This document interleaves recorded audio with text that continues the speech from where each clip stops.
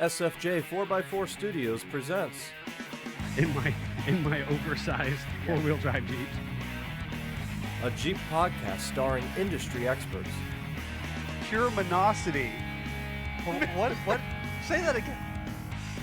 With mad scientist Scott Brown, Use my drill press as a sword of blade.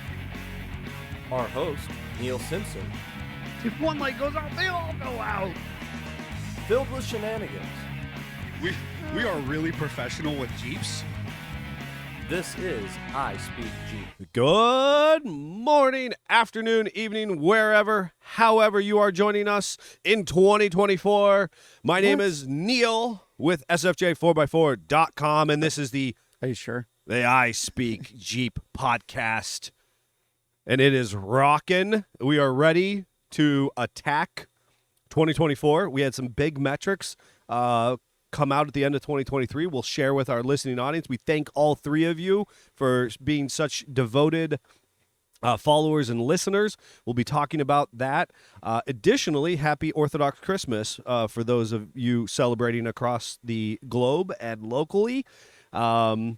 Because, of course, we are heard in 35 different countries, which is a pretty cool statistic to mention. The three of them are just running around different countries. Different countries listening to us. They're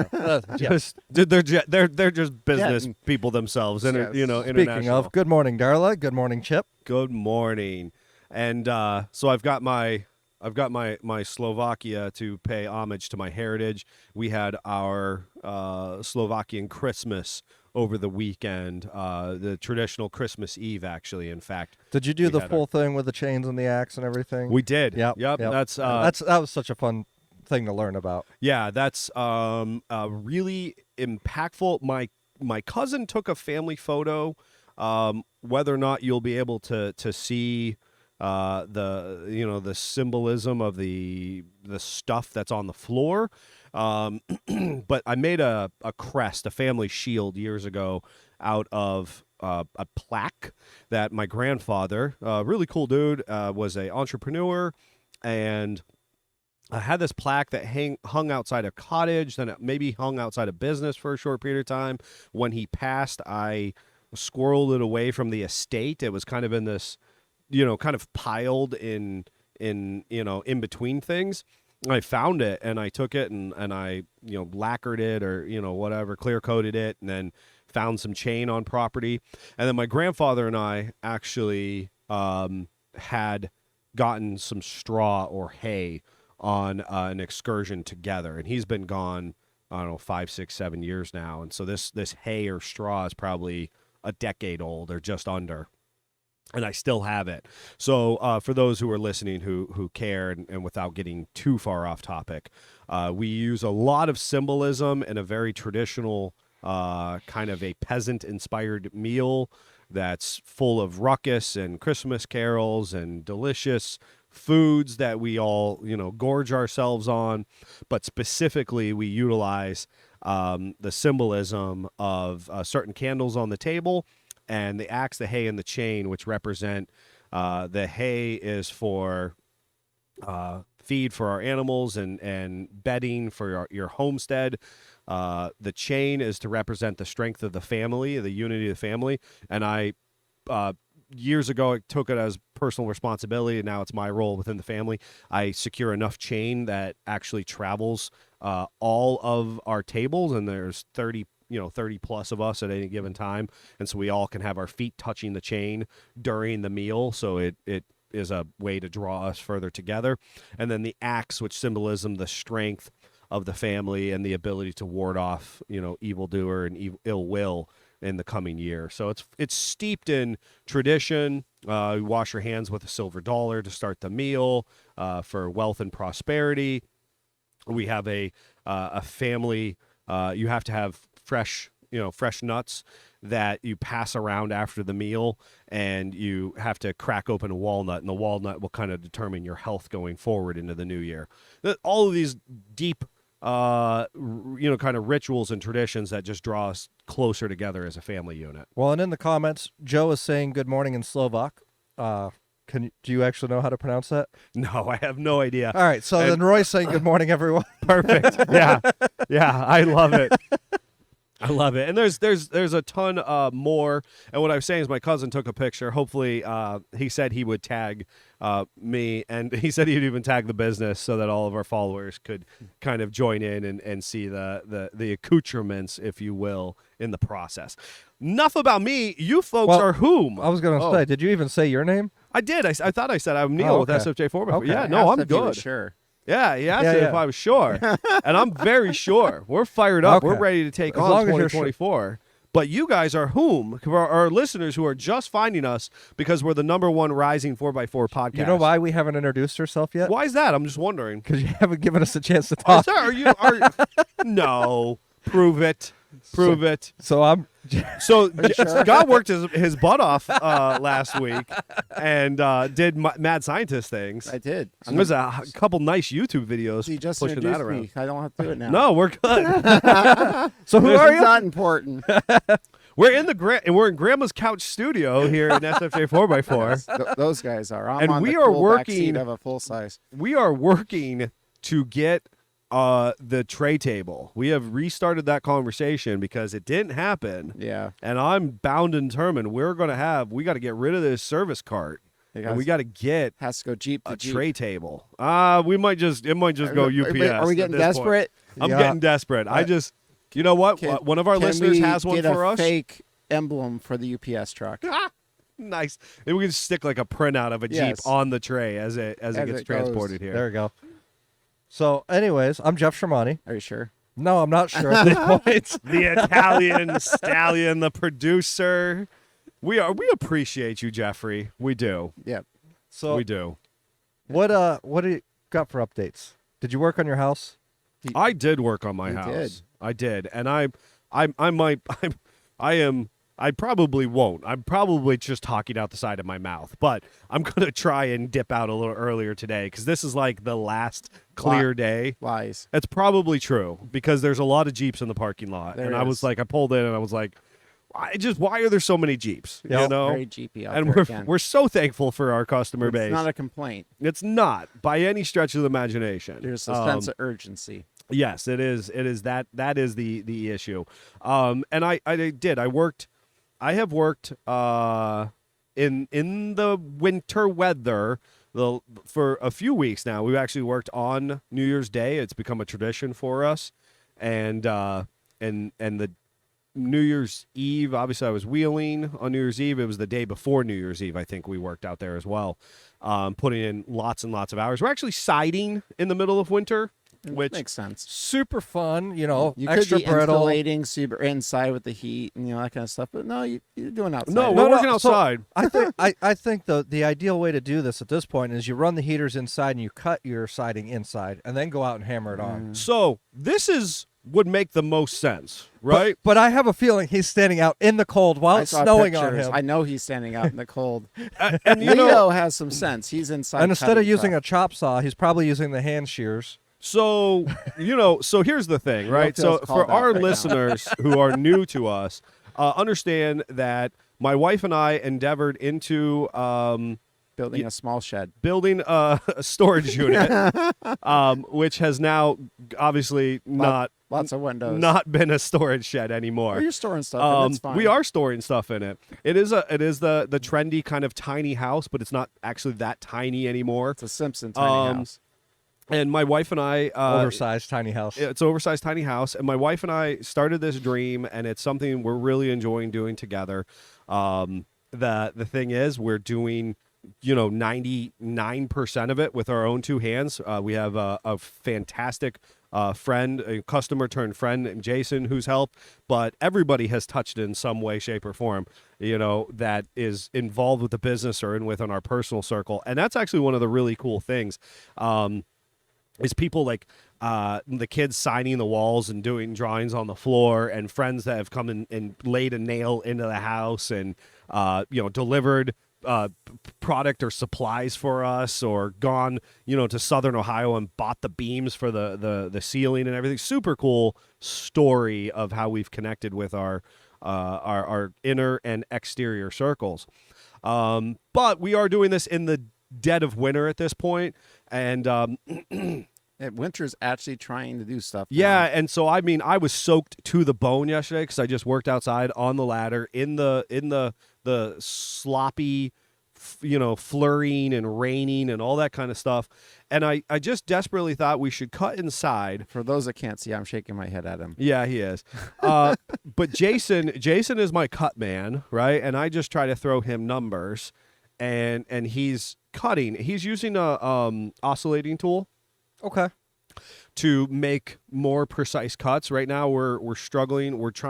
We have all the windows. So wait. And so we're cutting around the He said windows. precision and oscillating tool. Totes. Yes. Because Scott got to experience how fun an oscillator is. I had to immediately go buy one. And he immediately went and bought one. Yes. A red one, of course. But I don't quite understand how this is benefiting you with siding. You can make really nice cuts with it. You can cut anything with an oscillating tool if you vibrate on it long enough. Oh, you don't vibrate on it at all. I mean, it cuts like it's a hot knife through butter. I've What literally done tip sheet do you metal have work on with there? one. I've got a fine tooth, a little Bosch, a really nice Bosch pack I bought like a year ago, and we just we've done a ton of cuts with it. And it's what, like 1.5 inches wide? Yeah, probably. And you're cutting a 5-inch piece of vinyl siding? Oh, 9.25 height. It's a 12 Simpson foot siding. long. We're Jason not is doing cutting 3-inch siding. We're doing Simpson siding. So you got double lap. Yeah, Yeah, double lap. yeah, double 4. Okay. It's a And- double 4. Yep. And you're cutting that, and then if there's angles, you're cutting, 15 inches with an oscillator. 100%. Just little by little. It's following. zips. No, hot knife through butter. J Channel. Hot knife through butter. J Channel the savior. J Channel. No, I'm straight as an arrow. I don't know what I'm not sure what your experience has been. Hot knife through butter. It moves very quickly. I have the shear, so if I need to do some small work, but I throw numbers at Jason, he rips through a cut, and with the So what is cold nature of what we're dealing with. What it is Jason has mad oscillating tool game. I'm going with that, yeah. And Jeff just is not up to the standard. I was gonna say I've used the oscillating tool in it. It just zoop. I just don't understand. A chop saw would absolutely be faster, but Yes, the fact 'cause that that's it's what the I've middle of always used. winter, It it's might not. shatter. No, it shatters. I ran the circular saw through it, and it just splinters it. Well, that's where I said doing it And I inside have- with the heat. No, and I have a Irwin. I have a nice vinyl blade that I bought specifically for my circular saw. No dice, and we use the shears. Shears are fine, but when you're going through the locks and It'll the still nailer, chip away there. it'll chip away there. It'll splinter it. Whereas the oscillating tool, I cannot express enough. Hot knife through butter, just boop, and it's there. Oh, it's and so amazing. That's Oh, they're why I fun had to go tools. buy one. I did not know. Jason brought it in. He's a Makita guy. I'm sorry, folks at home. We're Team Red in the Simpson household, but I gotta tell you, if you want to create a super duo, Makita and Milwaukee together. Yeah. right. It's a match made in I heaven. saw a guy, a quick sidebar, that was doing some pack out work. He had a Milwaukee pack out, and they don't have a coffee maker yet, Yep. but Makita does. Yes. And he joined the two together. Yes. There was a marriage. There was a marriage. They have a little adapter for the Milwaukee batteries for the Makita coffee maker. Yeah. And I am 100% here for it. It just hasn't been enough of a priority for me just yet. So into the comments, Chuck is saying Happy New Year, Jeep fam. Joe Brillo is saying say hi to my Jeep for me. We said hi to your Jeep this past week. We said a lot of things to your we'll, Jeep we'll be this week. talking to you about that at It's some in point. the building. Chip is saying we love the Dremel Saw Max for angle cutting siding. Mm, That's an interesting one. I didn't even think about that. yeah. And then Daddy Jeep, Happy New Year, guys. Happy New New Year Year. to you. So we're doing this, and it's important to note that we have put some pictures up on Patreon. Today marks a 2-year anniversary from the house got brought in late November of 21. And that particular weekend of January, the first full weekend of January in 22 was our first big demo weekend. It's kind of where we discovered we had a big rotten wall is what it comes down to. It's already which been is- 2 years since we hooked Jeeps to your house to try to tow a house. It was really remarkably. This is like when Scott is exposed to pictures of his 36 and his project. Yeah. And to think that I kind of turned my wife and I turned our family topsy turvy. and obviously all of us living in a post-COVID society, we all kind of look back and go, what the heck happened? You know what I mean? Yep. But ultimately, our pursuit of this house and relocating was very much a post-COVID response to life. And so I look back and I'm like, man, that is wild to think that it was 2 years ago. We hooked the Jeeps up, tried to drag the semi out of the road in the yard. But our Patreons can see a kind of what happened on that first demolition weekend. We have a kind of a overall picture, and then I just so happened, I think it was actually the New Year's Day picture that was actually from a very similar vantage point. So I gave those pictures over to the Savage. He threw them into the editor, and he made a nice before and after. So our Patreons, thank you guys for your specific continued support. You get to see kind of the before and after picture. Eventually, it might be available to the World Wide Web, but the reality of the situation is my wife and I are still operating in kind of a gray space with this storage building that we're building. It's a storage unit. It's fine. Yeah, and because of that, it's not immediately available to the public just yet. We might make this picture available, but we were giving it to our Patreons first to digest. But anyways, yeah, so there's really cool things happening there. And not wanting to indulge too many more updates, our YouTube videos are kind of doing very well. Our exposure on social media, you'll see that I went wheeling on New Year's Eve, if you're unfamiliar, because obviously we haven't had a podcast since then. And I had an epic fail. Not one epic fail, but like 5. It's the Simpson way for wheeling. You know what? I'm gonna. He's not happy unless he's muddy. Wow. Physically. Wow. You're gonna catch. At least he had that, appropriate clothing on this time. I sort of did. Yeah. I sort of did. Well, they're wheeling clothes now. They're wheeling clothes now. That's the darn truth. I was in my "'Tis the Season to Be Wheeling" hoodie, which I think is all too appropriate. Well, there you go. And that video is going to be dropping this Friday, so you can kind of indulge in all of the things that went wrong.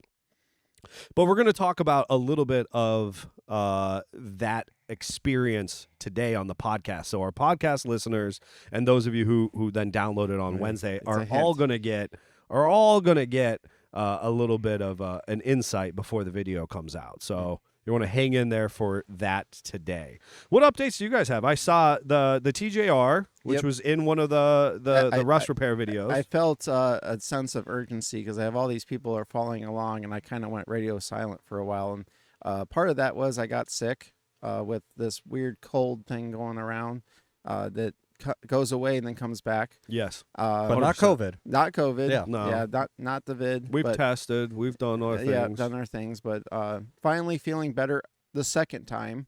Mm-hmm. So, but I went ahead and we started that project right before Christmas. We have TJR. we have a cool video out for those that hopefully saw it, that where we saw daylight out the pasture side. And that is no longer. It is all better on that side now. We have some more stuff to do on it once it gets back in the brick and mortar. But did you put the doors back on it? I did. Ah, bummer. You were excited to drive it in the snow. I want to drive it. Yeah, I mean, that's going to be a thing. We're going to have to drive it back here early this week. Yep. Potentially today, if you said it was the last clear day this week. Yeah, that's what it's kind of looking like. It's going to be in the 20s within 10 days. Yeah. You know?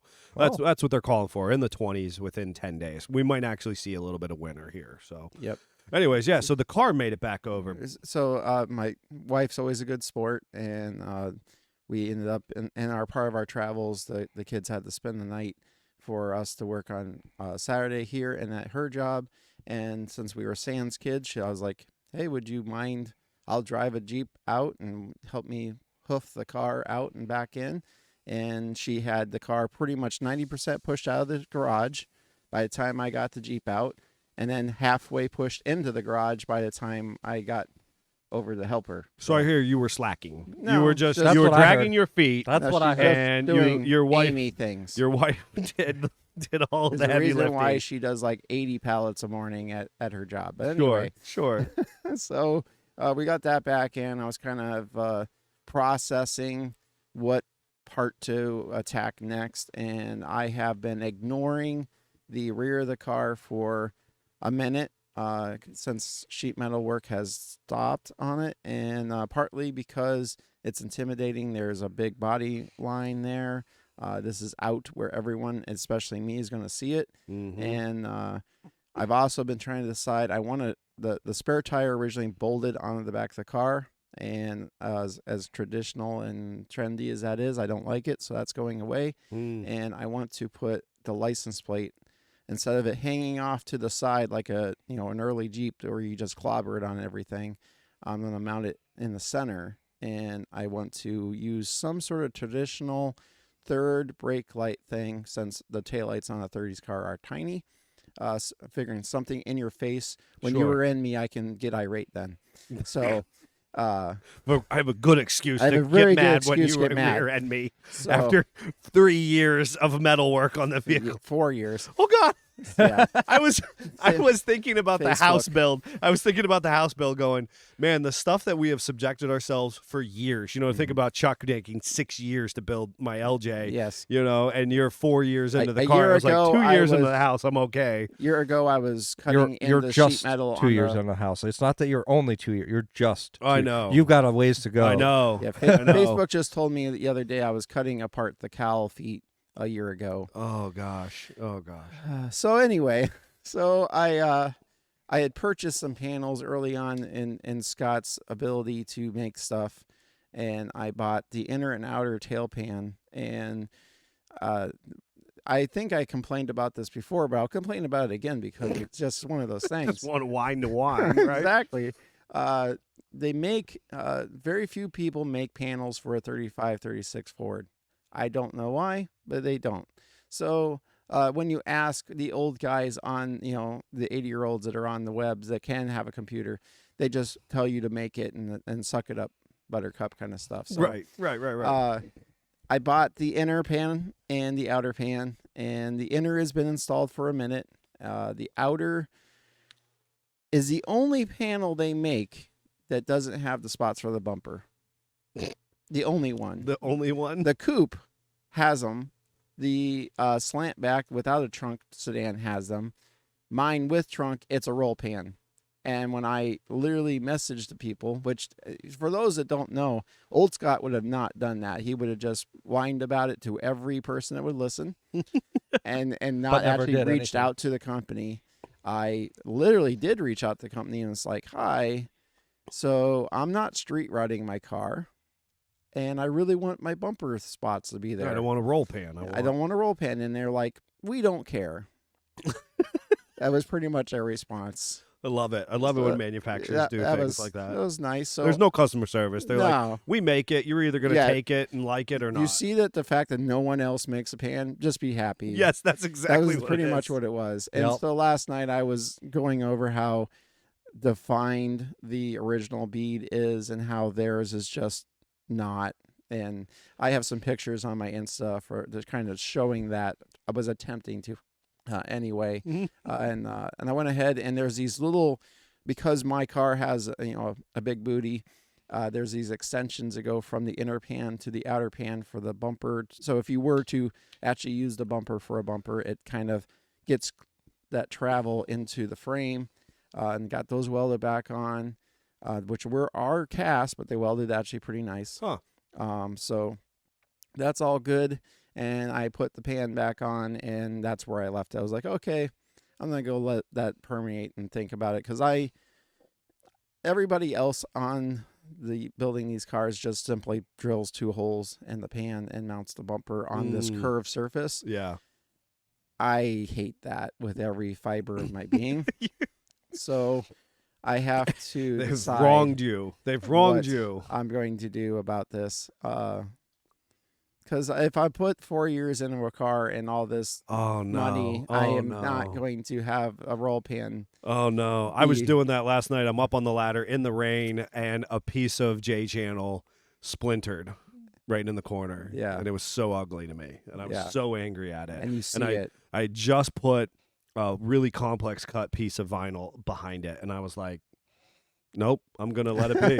I'm going to let it be. I'm not taking it back down. I can't do that. Oh. So back to your 2-year of the house great, comment. Jeffrey. Uh-huh. My wife's in the comments saying, we're 5 years into the project house this month. The work is never done. Right. Well, I heard that they have a good tradition where they do some work on New Year's, so they can't finish the house.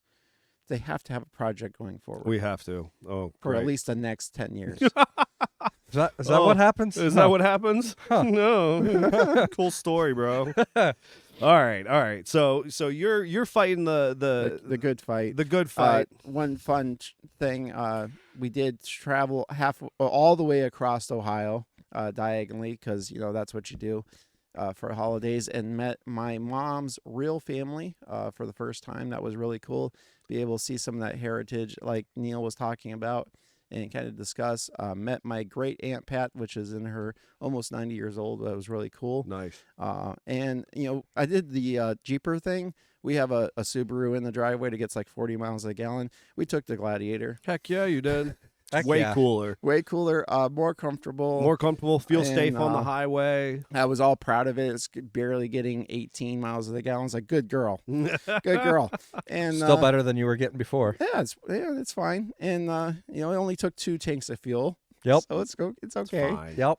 That's So- fine. Smiles per gallon. Yes. Jeffrey, anything you want to share with us before Yeah. we get into our tech talk for the day? Real quick, Ken Kushner's in the comments saying, good morning, everyone. Hope you all had a good Christmas and New Year's. Absolutely, Ken. Good morning. So for us, our big fun stuff has mostly just been playing with the laser more and more. As you And should. so just for fun, and our listeners are looking, or viewers Our are looking. listeners are looking. So I'm anyways, sorry if you're listening to us. I'm sorry that our producer it's such a good producer. is such a good producer. He doesn't even know the difference between audio and visual. At least I put stuff on Instagram for me to look at. Right? So anyways, Here, listeners, look at this. This is good. I hope you really enjoy this image in your ear holes. so this is a little 3D laser cut. It belongs piano. in my daughter's dollhouse. It's about that size. Yeah, for those who probably. can't see. But it's It is. a phone stand, so it's kind of fun. And then It's a baby grand piano Yes. phone stand that does belong in a dollhouse as far as size is concerned. It's super cool. and then for our viewers that are watching, my wife made this for Christmas, and it's a nice coffee mug that actually has my Jeep vectored into it. She took a picture of it and vectorized the image and put some other fun little things on it. So Enigma. yeah, Is it a Stanley though? no, No, It was. I, I think it was probably before the Stanley Rush. I think it's Stanley Rush has been I actually read up on that. It's actually been happening about a year now. yeah, Oh. it's been a big thing. I did not know that. No. Yeah, I did it's- not know that I was marked Late to the safe game. on No. Facebook from There's- being affected by the Stanley Rush, but I did read up on it recently. Did you read the reasoning behind the big surge? What changed? I read a couple things on social media push and their finances, but go ahead. What did you So what expose to? actually changed is that they recognized that their key demographics were women and they weren't hitting that, so they changed the colors of the mugs. Oh, yeah. They went with more feminine colors, and all of a sudden it took off. Yeah, and the argument is you'll buy a Yeti for X, Y, and Z price. So the Stanley mugs, which were equally a good quality, should also be marketed to a particular demographic. Yeah, and Wild. The show in 5 years they actually went from like just under like 75 million to 750 million in sales. Oh my. I mean, in Yeah. 5 years, Yeah. it was a remarkable statistic. but that year ago mark that you're talking about is because they changed the colors. Yeah, Huh. interesting. Just that they recognized that they were marketing the wrong colors. They switched the colors and immediately saw drastic success. But as far as what you were holding up was a beautiful tumbler Yeah. in black that your wife, lovingly engraved, vectored your Jeep and engraved onto the tumbler. Yeah. Super cool.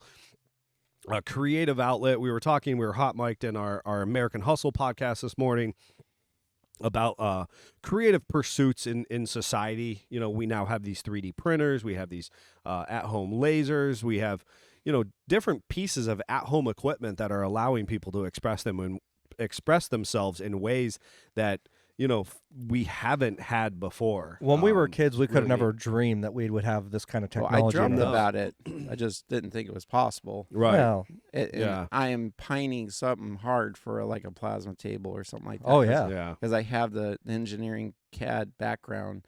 That would be so easy for me. I just don't know where I'm going to put it because the garage is getting very small. That's fast. the thing with us, with our facility at SFJ. It's getting small fast. I don't know our best avenue because all of these things are very cool and they're just out or just within reach. Right, they're Yeah. right at that uncomfortable edge.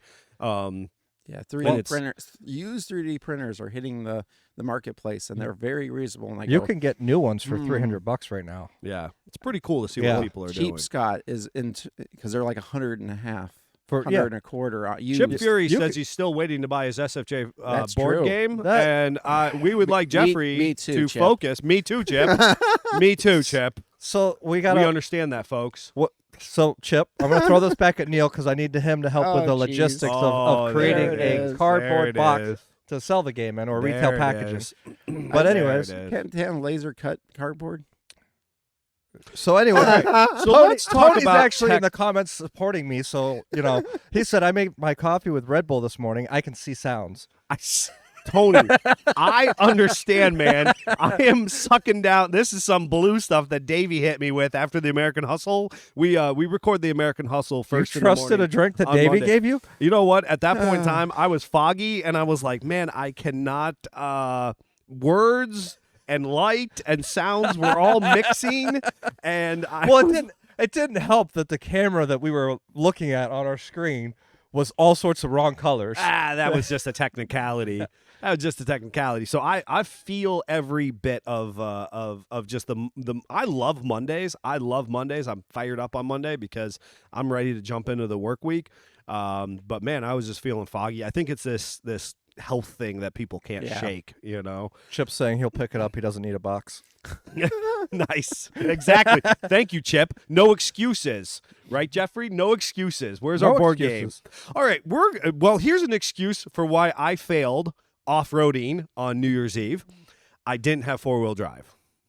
And you know what's really funny is when you're on 40s, you don't notice that. And I Until you and actually start to challenge the Jeep. and we're not going to reveal exactly why I didn't have four-wheel drive just yet, but we are going to talk explicitly. We're going to do a little tech talk today, and we're going to talk. Why wouldn't you want to have 4-wheel drive all the time? Well, there is that to unpack. And we're going to unpack how engineers I think since the dawn of 4x4s, attempted to solve that to issue. not have 4x4. And I think not only that, but we have to talk about what the difference between four-wheel drive and all-wheel drive are, because all-wheel drive's out there as a regular vehicle, Yes. but you don't want four-wheel drive all the time. Yes. So That's a great differentiation. Yes. I'm actually kind of impressed that Jeffrey He's got to head back and make up for some stuff. he's just made up for it. I'm not sure how I feel about that. I'm looking at you thinking the same thing. So. Oh, that's pretty good, Jeffrey. Here I am thinking I had a pretty stupid question that I was going to just try to clarify, and you're like, "Oh, that's a good one." I'm like, "Huh." So, and I think I'll expand upon what Scott said. I suspect that my four-wheel drive has been intermittent, and I will absolutely make an excuse for at your kid's birthday party when I couldn't climb the tree stump. Yeah. And I'll give you like 2-inch a pass, but that's fine. right, and I think He still that, should have been able to climb the stump. He's on without- 40s. yes. Of course he should have been. That's it. imagine my ego when I unloaded. I brought the trailer and truck and trailer and Jeep in, and a couple guys who are on the outside looking in were But like, it's important to note because those people can't see. We're talking an international, yes, crew cab international, with a cool little aluminum little flatbed on the back, and a wedge that can haul 3 Jeeps comfortably. yes, With a Jeep with on a 40s. Jeep on 40s and tons. So when you pull into something like a off-road park with that, you already set a precedence, and you haven't got out of the truck yet. correct, and I immediately got the truck stuck. And there's a whole number of things that people are going to have to watch the video and find out. But and we're pretty smitten. A couple of these people looking in on the conversation were pretty smitten with the Jeep, and they're like, oh man, that thing's so gnarly, this is going to be this, that, and the third. And I was like, yeah, I'm feeling good. And I unstuck the International and the Wedge with the Jeep. My As boy you should. Yeah, my boy drove it. Davey ran the winch line. I jimmied the truck around. All was It was appropriate all on purpose there. so you could have that good moment for your son. That's right. What it was. That's right. Formative experience for him. And I thought that I was having problems with the lockouts specifically, that I just wasn't engaged. In fact, in the video, you'll see me mention it even. And I've wheeled a number of different places intermittently, Yes. right? And I can... That lever is just a placebo for you. That's what it is. Yes. Yeah. And I'm having to, and Scott's referencing the lever, the 4-wheel drive lever Yes. itself. I'm having to look back on the Jeep, and I've had it together. I think I got a notification. It's 2 or 3 years that I've been stretching its legs. I've had it a couple different off-road experiences, and I'm looking at it going, I think I was largely In 2-wheel drive. in 2-wheel drive. Yes. Yeah, I remember when you tried to blame Davey and Lindquist for breaking your They Jeep. took the Jeep, right? They took Yeah. the Jeep out and wheeled it as well. And I'm looking at this and going, then they had issues with that lockout as well. But, yeah, But was it the lockout? 100%. And so this is the question. And again, you're going to have to tune into YouTube over the series of a couple of different videos here in January to find out. But ultimately, the biggest thing that we can specifically say to unpack Chuck Norris in its entirety is, one, it's a slinky of a suspension. We spent a lot of time in cooperation with Iron Rock Off-Road. We have a full custom triangulated 4-link in the rear and a 3-link in the front, coilovers in the rear, with long Tons. travel shocks. So the traction, you maintain traction the whole time. The tons give us ground clearance. The 40s and give they're us heavy, ground clearance. So you have a good OCG. Right. So we have this center of gravity and an appropriate roll center, so it's able to keep the wheels on the ground. And then I have 513 gears. Low range is working, and a Two-wheel really drive, low range. Yeah, 2-wheel drive, low range, and so you get a gear reduction. And then ultimately I have a really gnarly Grizzly locker, which is an old school locker design. So it's going to be more similar to your classic Detroit. It's not even, a lunchbox. It's a full-on locker.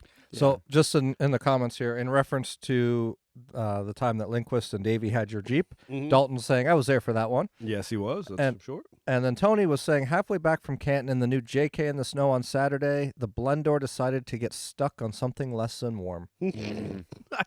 Classic JK problems. Yes. Always something. So I suspect that I've had a problem intermittently with this hub. We'll see. You'll see if you follow along. But to address that conversation of all-wheel drive and 4-wheel drive, and then there's a conversation, because right now there's somebody who just wants to be a thorn in the internet land who is like, well, 4-wheel drive JKs are actually 2-wheel drive. And I'll touch on that as well, because that was something that at some point in time, if you're in this game long enough, you'll hear somebody, spout that off. Or 4-wheel drive TJs are actually 2-wheel drive. And that's because of a lack of posi traction or differentiated energy travel to the wheels via lockers, right?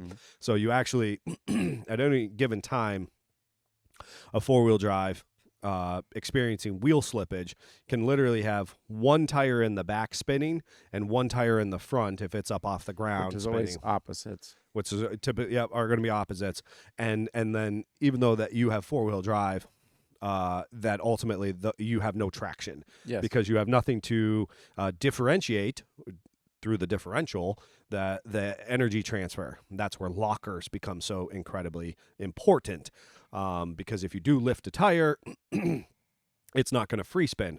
I think most people, certainly those of us living north of the Mason-Dixon, have at some point in time gotten stuck on the ice or snow where you just have one tire that goes woo. Yep. That was with that noise. Yes. And ultimately, Very accurate. Thank you. And ultimately, the the idea is that, you know, we're just having, through an open differential, all the power transfer is happening there. All-wheel drives. What would you say the first all-wheel drive system? Let's see if we would agree on this, Scott. I would ask Jeffrey, but Jeffrey's doing producer things right now. Well, I'm going to the messages from our comments here, Okay. seeing what Chip sent us. Yes. So I think the ones that really put all-wheel drive on the map is Subaru. Made it kind of easy digestible for everyone. Oh, you've let me down. But Yeah, others I had was- played with it. I wouldn't have gone Subaru. I would say it made it easy digestible for the masses. Did I put you on the spot? I made you're missing a classic one. Jeffrey, what would you? Can you read my mind, or are you in the you too He's busy in the thinking message? Quadra-Track. Thank you. But Thank you. It's about the same era as the Subaru.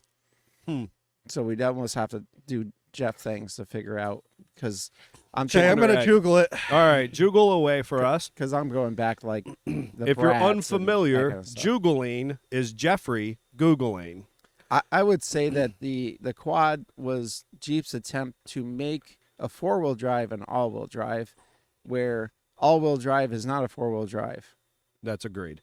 Let's see, 66. See, I thought it was Porsche was the original, is what I had the thought. Jensen FF was Oh, an all-wheel British. drive. Yep.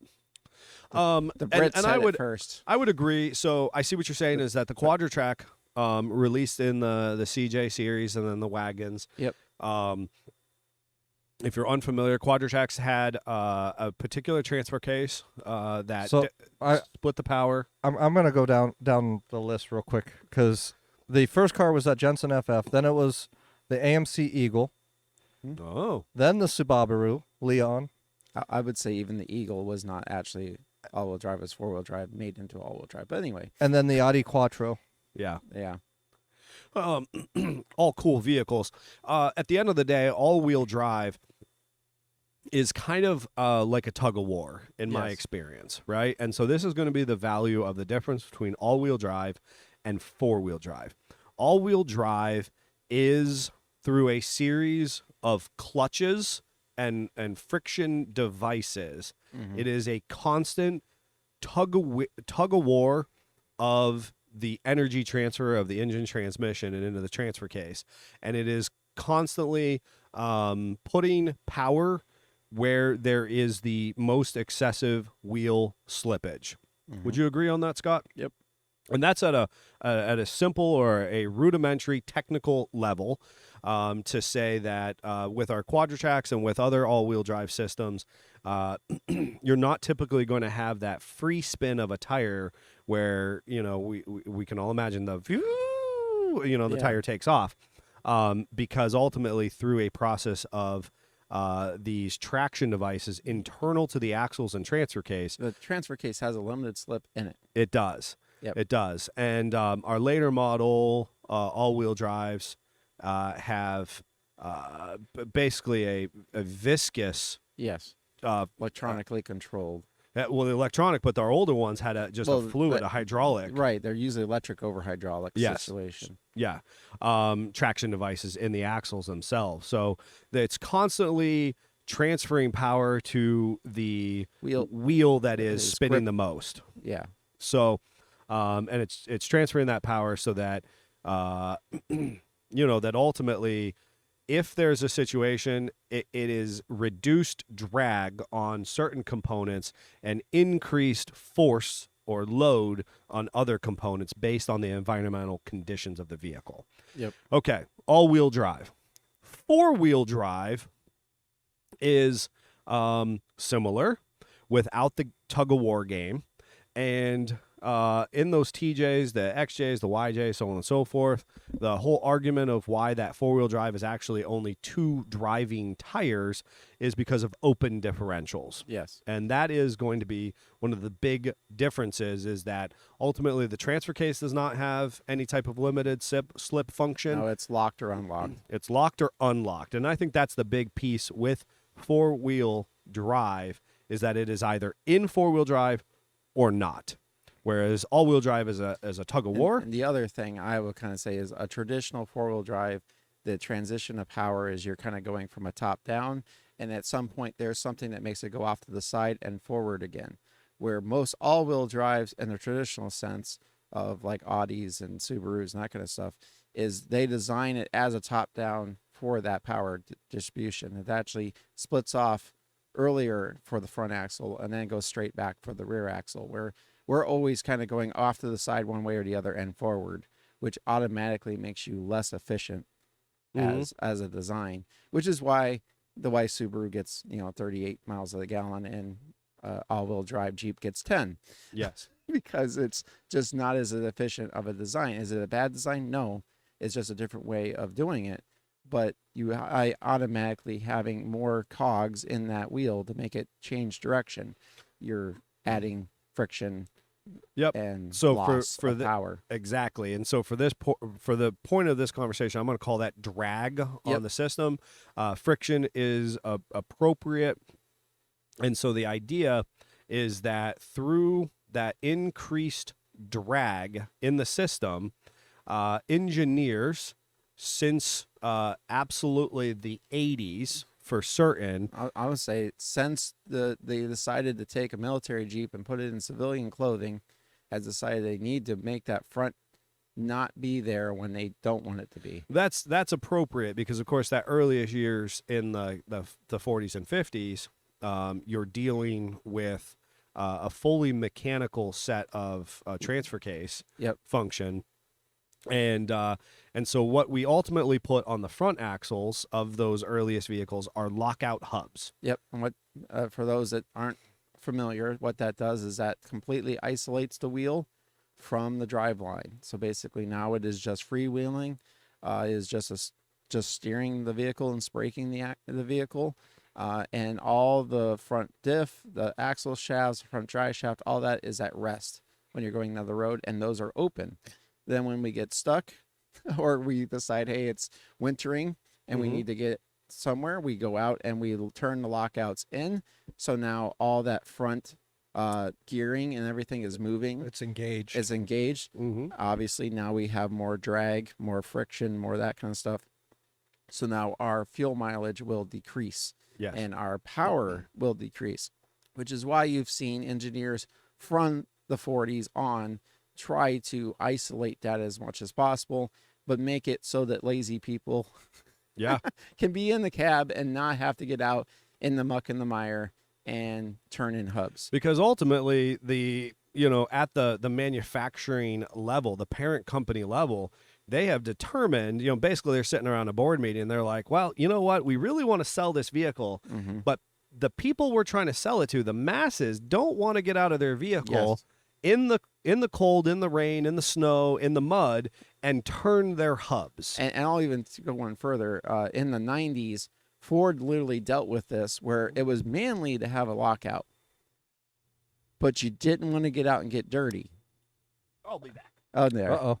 And so they literally tried, and in my opinion failed, had a mechanical lockout that would also be able to be controlled in the cab via vacuum, so that it would be able to be, basically you could turn them in when you wanted to be a man and show off to your buddies, or you could shift it in the 4-high. The vacuum system would also make them turn on. Now, is there a reason, in your opinion, that we don't see that system very much anymore? The vacuum system, because it didn't work. In our climate specifically, because the little tiny pipes and the rubber hoses and all that, a massive vacuum that it took to make that worked fine while you leased it.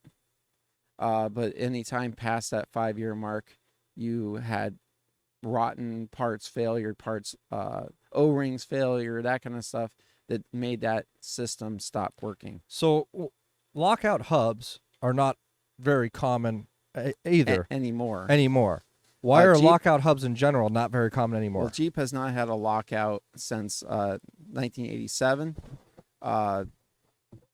Standard on a Jeep. So Neil stepped out for a second, and you're returning. I asked Scott, why are lockouts not very popular anymore? I heard it was a great. It was a great. You are on fire today. With you're redeeming yourself point by point, Jeffrey.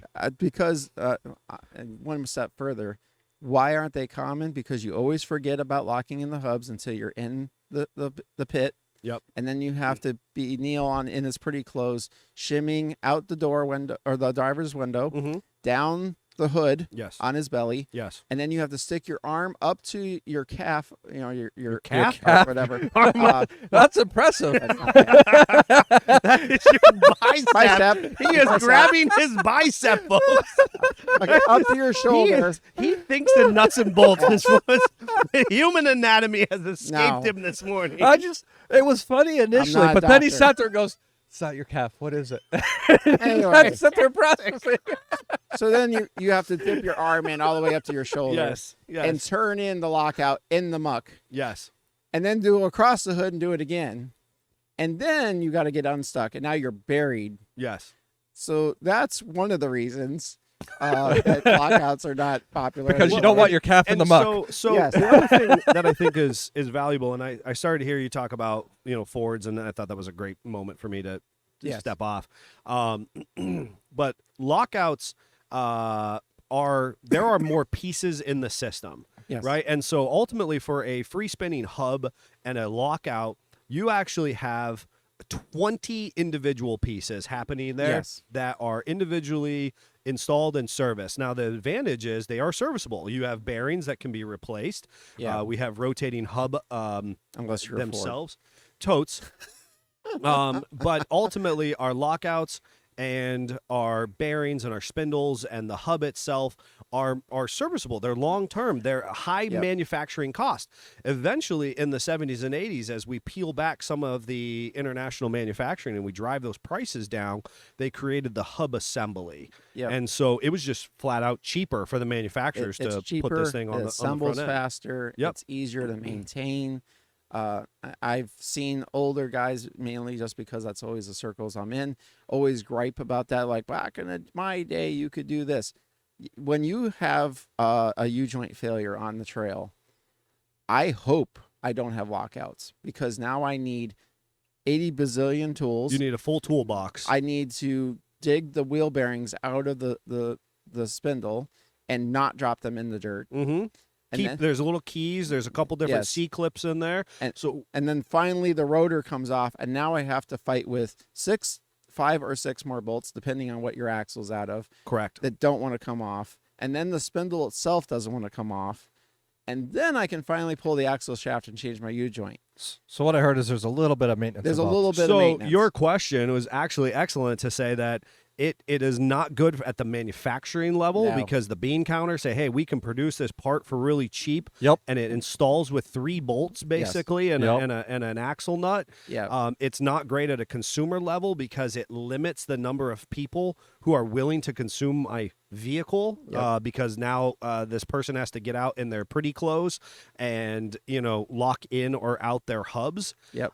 Versus and we then- could just put a little detent pin on there, and they've got a shift lever now. And ultimately, that last piece is a maintenance and the biggest ease challenge of ownership. we really go into, and this is where Jeep was at literally in 86 to 87, is how do I do this efficiently but still give the ability to have a true two-wheel drive and have the front end isolated. And so that was the thing. They were dabbling back and forth. There was a number of different manufacturers who had one-piece axles happening right then. But we have a fuel crisis globally happening. And I'm going to take a moment to talk about what's called parasitic drag. Yep. Right? So ultimately, we're producing transfer cases now that are chain-driven, and they have clutches in them. They're no longer the same hard mechanical cogs that are interlacing with each other. And they're quieter.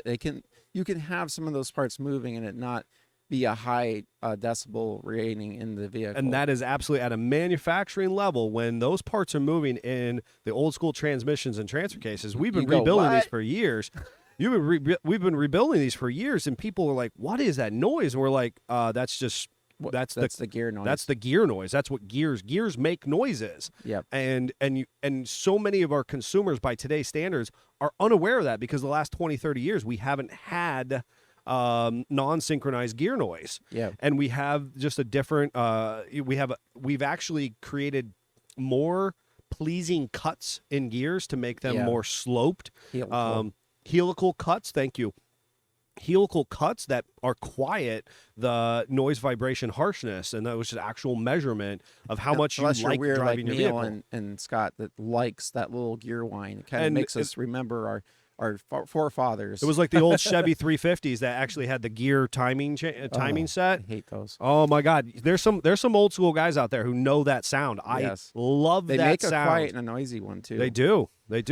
So anyways, so you have this idea that we're transitioning as a manufacturer, as you know, auto Well, manufacturers. it's important to note it wasn't just Jeep going through this in '86. No, not at all. Ford was going through it. Chevy was going through it. They were trying to figure out what are we going to put in place. And this is straight axle IFS. It doesn't matter. They were all fighting this fight, full size, mid size, all that. And Jeep decided they were going to go about it a different way than most, and go in with yet another vacuum system, basically breaking and unbreaking the long axle shaft, which by doing that, we now have our unit bearing still, we have our ease of manufacturing, and we just have a shaft that is now two pieces and a little collar that some little shift work by some means moves. The problem with that is we were doing it in the 80s, and we had just come off of all that emissions stuff, so we had all this stockpile of vacuum hose in there. Stockpile of vacuum hose. And we're like, well, we'll just put more vacuum hose on. It'll be just fine. Right. Which is great while you lease it, until the vacuum hose starts to degrade. It was great when it rolled off the factory line for about 6 months. Or you get off road and the vacuum can on the front axle gets poked with a stick and doesn't work anymore. Or you ramrod it and the aluminum fork bends, or a multitude of issues, which is why YJs have this forever black eye Yes. of this terrible CAD. Well, at that time it was it is CAD. Yes. Yeah. Yeah. Oh my gosh. Yep. Yeah. Central axle disconnect. Yep. And Jeep was so touched by this that you saw them literally retreat and completely change their build style for at least 15 years. Yes. Well, because the Cherokee, it goes away in the Cherokee by 91, 92. 90 was the last year for it to have it. The YJ continues it through the production on the YJ now. Mainly because they didn't want to retool. They didn't want to retool because YJs are high pinion Dana 30s they were both high pinions. Yeah, but one the was Cherokee coil was. and arms, and one was leaf springs. You also got to remember, most of these manufacturers, they're 10 years ahead development of the next model. Yeah.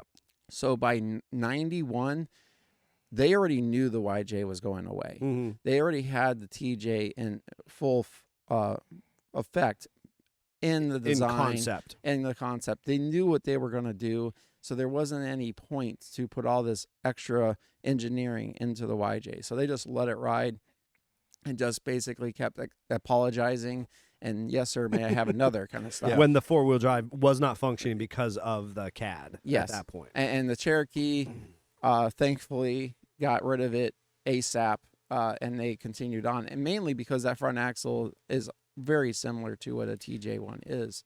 Now, as you were talking about, there was the vacuum style lockout, essentially. Yep. Going into today's day and in the age, Ford or in the YJ? Did you talk about the Ford one? Yeah. Okay. Technically That's what I both. but as we go into today's age, now we have air lockers. What's the difference between a vacuum system and the air locker? Well, it's kind of it's doing a little bit of a different thing because the air locker is physically in the differential, and that locks the axle shafts together.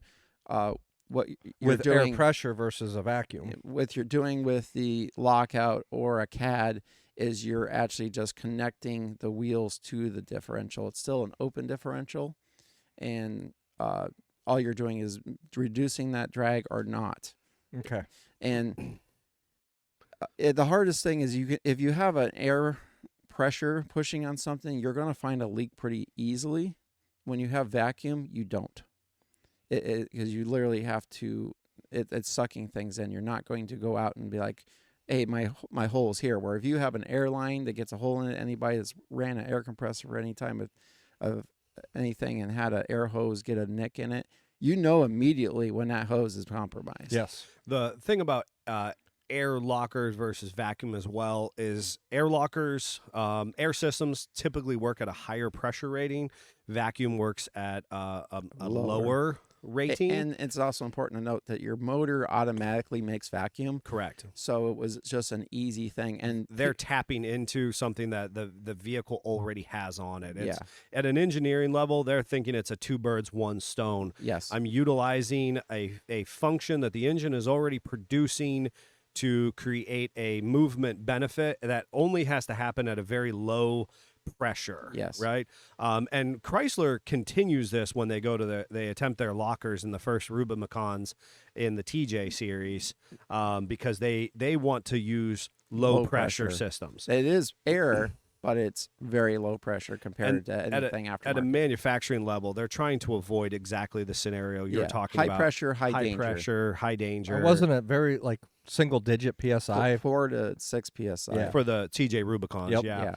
But ultimately, it's kind of one of those things that at an engineering level, they're trying to wrestle with aspects that are both functional and financial to produce a vehicle that people want to consume. Yep. And ultimately, we're trying to get away from parasitic drag, which is ultimately at the engineering and the financial and the and the consumption level. That's what they're trying to get away from. And then basically, so the black eye the YJ caused, they were willing to just deal with the lower emission or lower Fuel mileage repercussions of that for the buyer confidence that my 4-wheel drive is always going to work. And I literally remember being a young guy in a garage working on the 14th Chevy that doesn't have 4-wheel drive with the first snow, and some Jeep guy go like, well, my 4-wheel drive always works. Mm-hmm.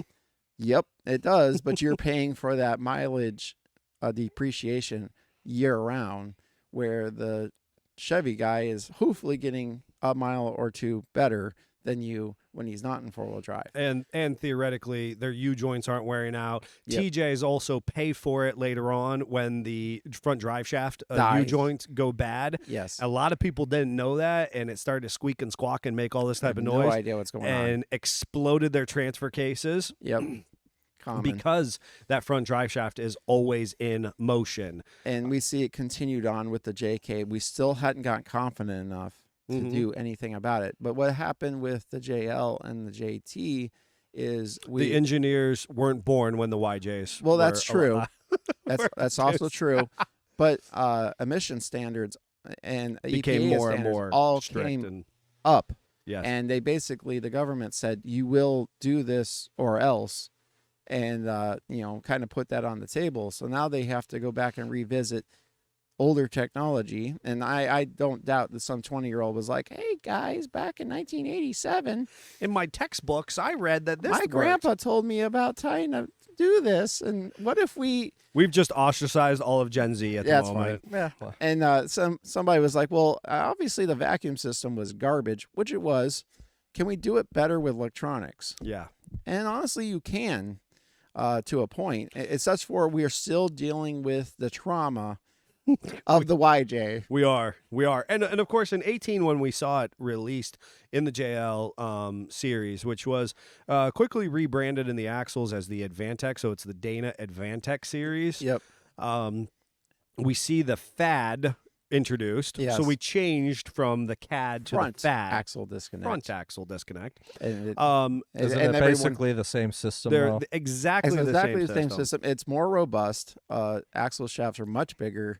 I would even go out and say the fork is a little better design and stuff. Like Yeah. they did learn from the beating the YJ took. The funny thing is, a lot of the criticism of the YJ at that time was the coupling system, and quite frankly, they rarely broke at the coupling. Honest Yeah. to Pete, Only when you coupled put those, a cable on it and shoved right when over you shoved it over and it only inappropriately. grabbed a little portion. Yes. But otherwise, those splines were actually incredibly robust. Yep. And actually, For a 30, they weren't too bad. it weren't too bad. You weren't breaking that portion of it often. Yep. With the JLs, we saw it released. It wasn't the function of four-wheel drive. It was actually initially the criticism was over the castings Yes. and the assembly of the And axle everybody's itself. somewhere seen a picture of a JL or a JT with the front wheels, all cambered out and the front axles broken in half at the fad. This is just a fact that it's multiple pieces in order to make that work. You have a big, huge casting where that mechanism is, and so now the axle tube, instead of being one long tube, which just spoiler alert, those old ones that were one piece bend, Yep. which is not much better. Correct. Now there are multiple pieces, and so if you're going to have a failure, you're going to have a failure at the junction where it goes from one to the other. And if you leap your Jeep off high buildings and land on it inappropriately, you probably will. No doubt. Like Jeffrey. I don't know what you're talking about. Yeah. So I think that the attempt Sounds fun, today was to do some in-depth tech talk. Brings us kind of through a little bit of the history of lockouts. Yep. I don't know if we mentioned drive slugs, but that term is just simply locking in those when oldest you're mad vehicles. at your lockout, Yep. and you're going to just deal with the mileage depreciation, you throw drive slugs on it, which makes everything turn all the time. You still have all the work to do going through the wheel bearings and everything, but now it's just always working. And that is, in a nutshell, what Quadra-Track Jeeps of the 70s had, and also every MB/GPW had from the factory, because when you're getting shot at, you don't want to worry about if your lockouts are in or not. Absolutely. And so the idea that we have these lockouts, we have drive slugs as we progress through, kind of history. We have the all-wheel drive system versus the four-wheel drive versus the perceived armchair mechanic of two-wheel drive. Stop saying that armchair mechanic. Nobody likes that guy. No, not getting any friends here. Not getting any friends with that. And then we move into the CAD of the 80s, and then obviously the fad later on, and of course I know a someone brief laughing junction there. because it's a fad. It is a fad, and the brief marriage where Ford tries vacuum hub assemblies, which are just absolutely terrible as well. So this is a little hint on what I suspect is happening with Chuck Norris. Or as a friend online pointed out, we could easily interchange Stuck Norris. Not so thrilled about that. I don't want to say it too loud. I don't want Chuck to hear our criticisms, but I obviously need to get to the bottom of this and stop wheeling all of these different venues in two-wheel drive. So that at this point, you've done the Black Trails at Bantam Trail Fest, right? Yes. In two-wheel drive. Not knowing it was two-wheel drive. We did drive for the people that watched. I did 10 mile for 2 mile. I'm fairly certain that was also done in two-wheel drive. Yep. Southington has been two-wheel drive. Southington was a couple times in two-wheel drive. So, and I don't think it's intermittent, and we're gonna find that. We're gonna find out. We're gonna bring it to you on YouTube to see if that's the case. If I have ever actually had four-wheel drive. Or all of the or trips just perceived this entire time. Just perceived the whole time. Placebo four-wheel drive. Placebo, right? With the ability to maintain. Could you imagine how much better Chuck could do if it actually had four-wheel drive? I can't wait. And the real piece, and you're going to Is want that why we haven't cut the stump down so he can redeem himself? the redeem myself. That's right. It was we should cut that. Existential. We haven't cut it down because that's going to be part of that burn challenge, I think. Oh, jeez. Yes. Yes. So for those that haven't been on Discord, you need to join Patreon because there is a separate challenge going on, and it'll probably happen either spring or summer when the weather gets nicer. but it's the one match challenge that we had previously talked about. Mhm. We've started to devise rules thanks to our listeners continually asking for those Yes. and wanting to ensure that that challenge happens. And when this event happens, you're going to have to be a Patreon to get the invite to it. Yeah. It's a It'll- VIP invite. VIP to see Scott try and make a fire is what it comes Doesn't down dress my wife up as me and have her do it. Nah. to. Weirdo. Folks, I hope that this was a good combination of kind of New Year's cheer, some tech talk, some updates. We obviously enjoy bringing this to you. We didn't even really get into the statistics, and so I think we'll take 30 seconds or so and run that down. We had tens of thousands of listening hours Yes. from our dedicated listeners within 35 countries. Huge. We were once again in the top 25% of all registered podcasts on our particular host that we're involved in. We are consistently ranking in the top 3 to 5 in the Jeep categories on iTunes, thanks to our dedicated listeners who are Can't participating. beat when a friend that's not in Jeeps at all, he's a hot rod friend, messages you and says, "Hey, your mug is on this and you're top." Number one. Number one. And I'm like, "Oh, It was Yeah. number one podcast in the 4x4 sector based on FeedSpot. so that was pretty cool." Yeah, it was a great thing. And thank you to all of our folks on our social who, when we went ahead and posted that, who grabbed that and shared and offered congratulations. So, to you, our listeners, our consumers, our friends and family of this business, of this podcast, we thank you sincerely. Not only are you the reason we're there, but we also ask that you go on and add more reviews. Go to Google and review us. Go onto iTunes and review us. The more reviews we get, the better we can elevate this. And not only that, when you're hanging out with your Jeep buddies, working on your lockouts, mention that we do this and that we, have some fun and we have some technical know-how, and get them to listen, because that'll also help all those things. Absolutely. And speaking of fun, next week we will be doing another game to spice it up a little bit. Ooh. But it won't be a board game. Yeah. It won't be a board game, but Jeep family, we appreciate you being part of this. Jeffrey, anything further? I don't have anything further. Well, I think other than the fact that if you do have questions on your lockouts or why your CAD doesn't work, you can text us at 440-855-2100. That is our text-only number, 440-855-2100. or you can annoy Jeffrey at JEFFC@SFJ4x4.com. Let us know how we're doing. Let us know if there's and topics, send them your stuck YJ pics from your CAD failing. but no other unsolicited pics. Until then, Jeep family, Jeep Jeep on. on. Keep on.